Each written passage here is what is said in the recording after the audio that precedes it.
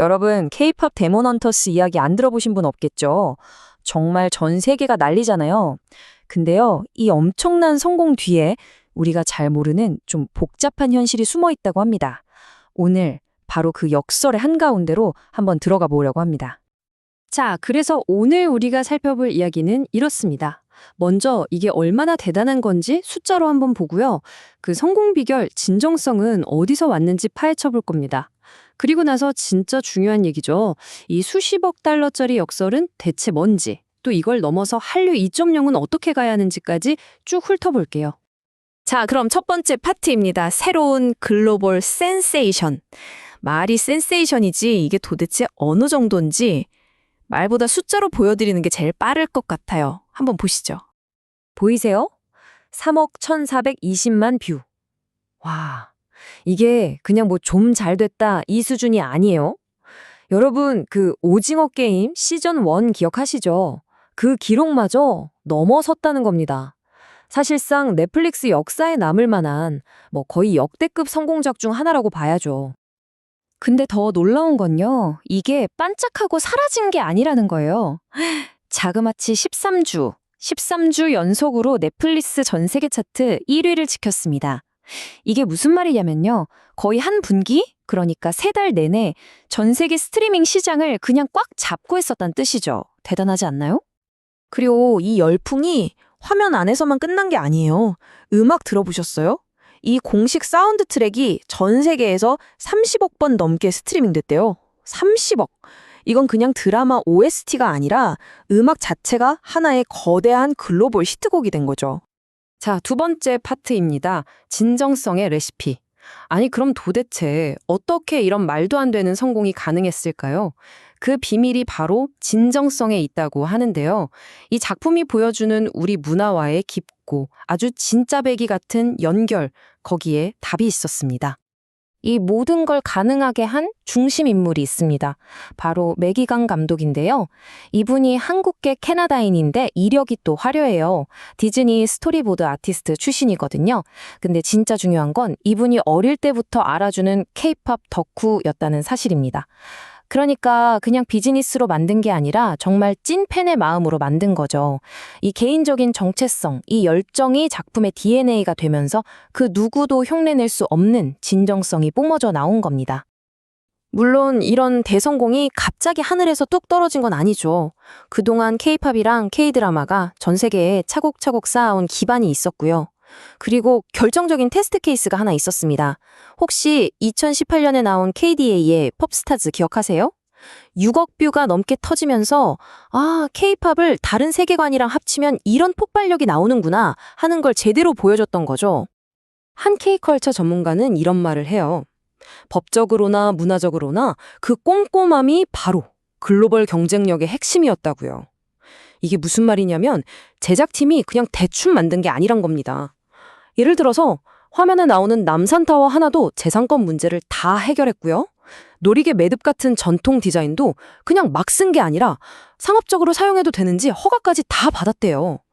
이런 미친 디테일이 있으니까 우리가 완전히 빠져들 수밖에 없었던 거죠. 자, 이제 세 번째 파트, 수십억 달러의 역설입니다. 지금까지는 정말 좋은 얘기만 했잖아요? 근데 바로 여기서부터가 진짜 중요한 이야기입니다. 이 모든 한국적인 창의성과 성공 뒤에 사실은 거대한 역설, 어쩌면 함정이 숨어 있습니다. 아니, 이렇게 스토리부터 캐릭터 디자인까지 전부 한국적인 DNA로 꽉 채워져 있잖아요. 그럼 여기서 가장 근본적인 질문을 한번 던져봐야 합니다. 그래서 이 어마어마한 IP, 이 주식재산권의 진짜 주인은 과연 누구일까요? 바로 여기에 역설이 있습니다. 보세요. 창의적인 힘, 그러니까 이야기와 문화적인 깊이는 전부 메이드 인 코리아예요.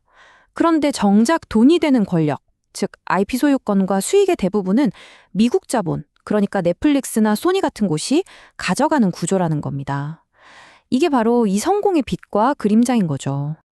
하지만 여기서 우리가 좀 냉정해질 필요는 있어요. 솔직히 한번 생각해 보자고요.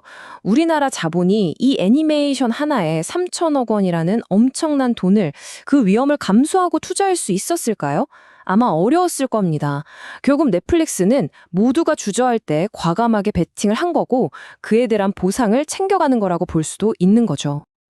자, 그럼 네 번째 파트입니다. 낙수 효과를 넘어서. 그럼 앞으로는 어떻게 해야 할까요?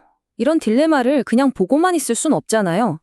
이제는 뭔가 전략을 근본적으로 바꿔야 할 때가 왔다는 목소리가 나오고 있습니다. 수동적인 방식에서 벗어나서 훨씬 능동적인 모델로 말이죠. 우리가 지금까지 해왔던 방식이 바로 낙수효과 모델이에요. 이게 뭐냐면 일단 드라마나 영화가 빵 터지면 그 인기가 물처럼 위에서 아래로 줄줄 흘러내려서 관광객도 좀 늘고 라면도 좀 팔리겠지? 하고 수동적으로 기다리는 거죠. 말 그대로 떨어지는 물 받아먹기 식이었어요. 그런데 이제는 이걸 뒤집자는 겁니다. 새로운 모델은 바로 분수효과. 낙수랑은 정반대죠.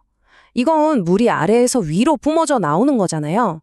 그러니까 IP 기획 단계, 아주 처음부터 연관 산업들이 다 같이 들어와서 가치를 함께 능동적으로 만들어내는 방식입니다. 기다리는 게 아니라 처음부터 판을 짜는 거죠. 이게 어떻게 작동하는 거냐면요. 예를 들어 컨텐츠를 기획할 때부터 관광업계가 같이 들어와서 성지순례 코스를 짜고 투자도 같이 하는 거예요. 리스크도 나누고 성공하면 수익도 나누는 거죠. 그리고 영화가 개봉하는 바로 그날 성지순례 투어 상품이랑 굿즈가 동시에 짠 하고 나오는 겁니다. 훨씬 더 크고 안정적인 IP 기반 문화 프로젝트가 탄생하는 거죠. 자, 이제 마지막 파트입니다. 한류 2.0을 향하여. 이 모든 이야기는 결국 하나의 질문으로 모아집니다. 우리 K-웨이브의 미래는 어떤 모습이어야 하는가? 그리고 우리는 이제 무엇을 해야 하는가? 그 선택에 대한 이야기입니다. 그리고 이 변화가요, 하면 좋고 안 해도 그만이 문제가 아니에요. 굉장히 시급한 과제입니다. 지금 보세요. 2025년 상반기 국내 K-팝 시장 지표인데 음원 소비도 줄고 앨범 판매량도 줄었어요. 이건 뭘 의미할까요? 국내 시장만으로는 한계가 오고 있다는 강력한 신호고, 그렇기 때문에 글로벌 시장에서 이런 새로운 돌파구를 찾는 게 정말 절실해졌다는 뜻입니다. 결론적으로 한류 2.0 시대로 가려면 완전히 새로운 판을 짜야 합니다. 우선 국내 투자자들이 좀 더 배짱을 가져야 하고요. 식품, 뷰티, 관광 같은 다른 산업들과 아주 영리하게 손을 잡아야겠죠. 그리고 정부도 규제를 풀어주고 세금 혜택을 주는 것처럼 제도적으로 팍팍 밀어줘야 합니다. 이 세 가지가 착착 맞아떨어지는 새로운 생태계가 필요한 거죠. 그리고 팬들도 빼놓을 수 없죠. 이제 팬들은 그냥 소비자가 아니라 이 세계관을 함께 확장해 나가는 공동 창작자니까요. 결국 K-팝 데몬 헌터스의 엄청난 성공은 우리 K 콘텐츠 산업 전체에 아주 도발적인 질문 하나를 던지고 있습니다. 앞으로 이 거대한 글로벌 무대에서 우리는 그저 훌륭한 콘텐츠 하청기지로 성공에 기여하는 역할에 만족할 것인가? 아니면 리스크를 감소하고 판을 주도하며 IP를 직접 창조하는 주인이 될 것인가? 이 질문에 대한 답은 이제 우리 모두가 함께 찾아야 할 것 같습니다. 여러분은 어떻게 생각하시나요? K컬처 타임즈와 함께 해주셔서 감사합니다. 구독과 좋아요, 알림 설정을 통해 K컬처 타임즈의 소식을 가장 먼저 받아보세요. 저희는 K-팝, K-푸드, K-뷰티를 아우르는 K컬처의 깊이 있는 이야기를 전달합니다. 그럼 다음 영상에서 뵙겠습니다.